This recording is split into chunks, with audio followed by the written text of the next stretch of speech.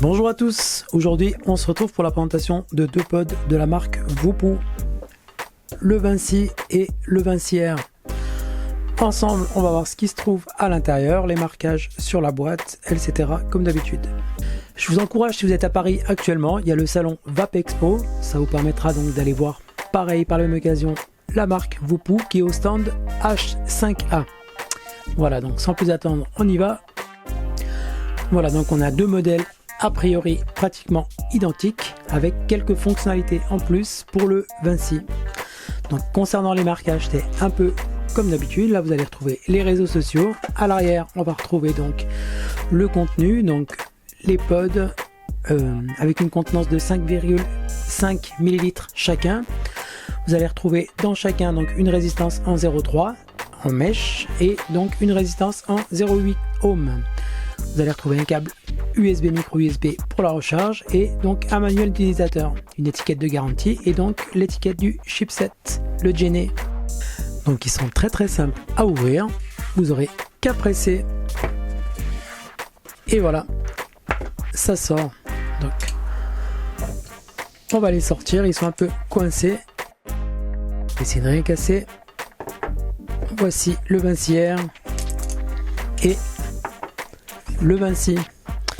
On va retrouver donc les résistances, la 0,3 et la 0,8 dans chacune des boîtes. On va voir le contenu en dessous.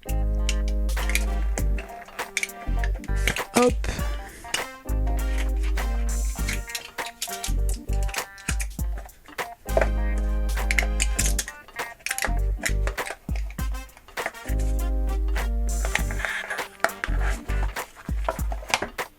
Voilà. Et voilà.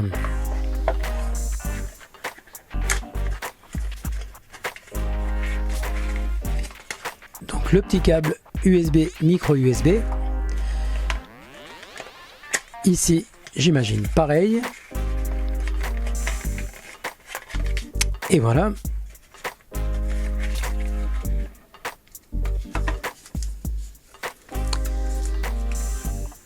La petite étiquette concernant le chipset, le Gene. Pareil. Le manuel il veut pas sortir. Et voilà. Et l'étiquette de garantie est pareil. Donc c'est comme sur les autres modèles. Donc je vous encourage, si vous n'avez pas vu les anciens modèles, à aller voir ces dernières vidéos. Donc en anglais, est-ce que c'est que de l'anglais? Eh bien oui, il n'y a pas de français, ou alors sur les versions européennes on en retrouvera certainement.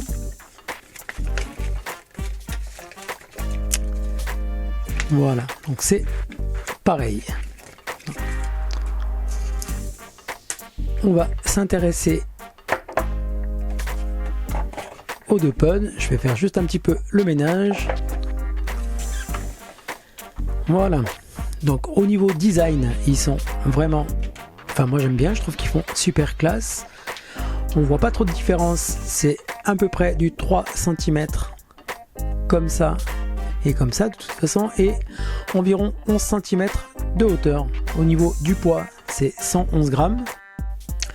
Au niveau des watts, ils vont de 5 à 40 watts, c'est quand même pas mal puissant. Moi pour avoir tiré dessus, enfin on y reviendra tout à l'heure, c'est quand même super bien, franchement j'ai adoré. Ils ont une contenance autant l'un que l'autre en 5,5 ml. Vinci a un écran donc en 0,96 pouces et vu qu'ils étaient déjà en vente sur Amazon, si vous voulez je vous mettrai les liens, ça vous permettra d'aller voir différentes caractéristiques et donc peut-être différents retours clients. Voilà. Donc on va retrouver un pod très simple avec une seule touche, donc le Fire, avec comme on l'a dit le réservoir en 5 ml. Au niveau des résistances, c'est par en dessous que ça se passe. J'ai déjà eu quelques petites fuites mais rien de vraiment dramatique. Honnêtement j'en suis content. Après vous avez possibilité de tirer dessus sans appuyer sur le bouton Fire, ça c'est pas mal. Au niveau de l'airflow, ça reste quand même relativement bien ouvert. On a deux possibilités, soit avec la grande ouverture ici, soit en retournant, c'est un peu plus fermé. Donc de le mettre dans les deux sens. Donc c'est quand même super simple, c'est bien aimanté. Au niveau du remplissage, c'est juste par ici. Vous avez une petite languette qu'on va venir ouvrir par ici. D'ailleurs, on va le remplir avec 5 ml. Vous avez quand même un réservoir à grande capacité. Voilà. Il ne me reste plus qu'à le refermer si j'y arrive. Et voilà. Donc au niveau de l'autonomie, c'est pareil que sur les autres modèles. Vous avez donc ici la petite lumière verte qui va vous indiquer que vous êtes entre 60 et 100% de batterie. Si vous êtes sur le bleu, c'est que vous êtes dans une plage entre 20 et 60%, et dans le rouge à moins de 20% de batterie. Vous avez 3 niveaux de puissance qui se règlent automatiquement depuis le bouton Fire. Vous appuyez 3 fois dessus. C'est pas évident. Voilà, là on est sur la puissance maximale, vous avez vu. Le premier niveau et la deuxième plage de puissance. Honnêtement, j'ai pas trop vu de différence du 1 au 3. Mais bon, au niveau de la recharge, c'est juste par ici. Donc vous aurez la possibilité de tirer directement sans appuyer sur le bouton Fire.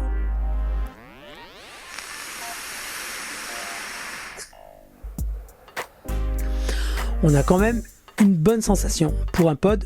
Franchement, c'est pas trop mal. Pour les autres modèles que j'ai testés de la marque anciennement, ce qui m'avait beaucoup déplu, c'était que c'était pas assez puissant pour moi. Là, honnêtement, je pense qu'on a quelque chose de réellement très très bien. Ce qui n'a pas été le cas avec les anciens modèles de la marque. Mais franchement, c'est pas mal.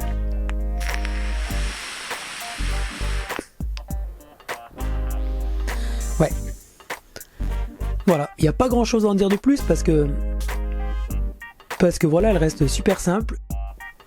Donc là-dessus, on va retrouver le petit écran indicateur qui va vous donner le nombre de puffs, qui va vous dire pendant combien de temps vous allez tirer dessus. Vous avez 3 modes, donc le mode manuel, le mode auto et le mode manuel et auto, qui va vous permettre donc de tirer dessus sans appuyer sur le bouton Fire, ou alors de tirer dessus uniquement comme ça sans devoir appuyer sur le bouton Fire, ou alors celui qui fait les deux. Donc vous avez d'autres fonctionnalités, donc avec des statistiques qui peuvent vous permettre sur une durée de 14 jours de savoir combien de fois vous avez tiré dessus. Donc voilà, c'est un plus. Moi personnellement, je m'en servirai pas, mais pour une personne qui désire savoir où elle en est, si elle vapote énormément ou pas, c'est une fonction supplémentaire qui peut être pas mal. Voilà. Ensuite, vous avez moyen d'unlocker tout ça en appuyant sur la touche ici en haut et le bouton Fire. Hop, voilà. Au niveau de la batterie, vous allez donc ici retrouver un indicateur à propos de la batterie, savoir où vous en êtes. Ça va pas être le même système que là-dessus, avec donc les couleurs. Ah, là, c'est pour remettre le compteur de puff à 0 en appuyant en bas et sur le bouton Fire. Vous avez le même système avec les airflow qui sont déjà bien ouverts, donc vous avez quand même malgré tout un tirage qui est très aérien. Vous allez pouvoir retourner, hop, pour avoir un mode un peu plus serré.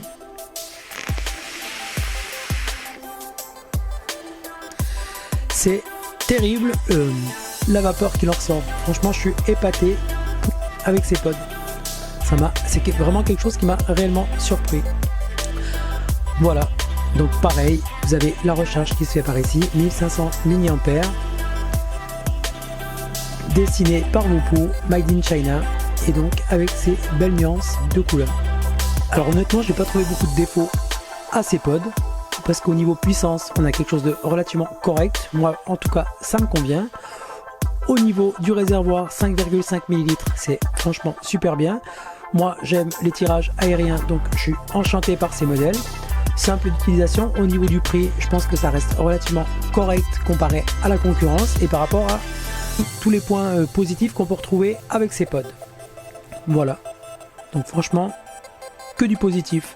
Après, je dirais que je les trouve peut-être fragiles, pas fragiles dans le sens où où elles sont fragiles, elles risquent de casser, mais je pense que si elles tombent, elles risquent de facilement se rayer et je suis pas persuadé que ce soit forcément bien protégé. Donc j'espère que cette petite vidéo de présentation elle vous a plu. Si c'est le cas, n'hésitez pas à mettre un petit like, moi ça me fera super plaisir. Vous pouvez vous abonner à la chaîne, d'autres tests viendront par la suite. D'ailleurs je citerai certainement ces deux modèles sur ma prochaine vidéo de présentation, car la prochaine cigarette électronique que je présenterai aura certainement pas tous les avantages retrouvés ici. Voilà, donc cette petite vidéo c'est terminé et je vous dis à bientôt pour de prochains tests.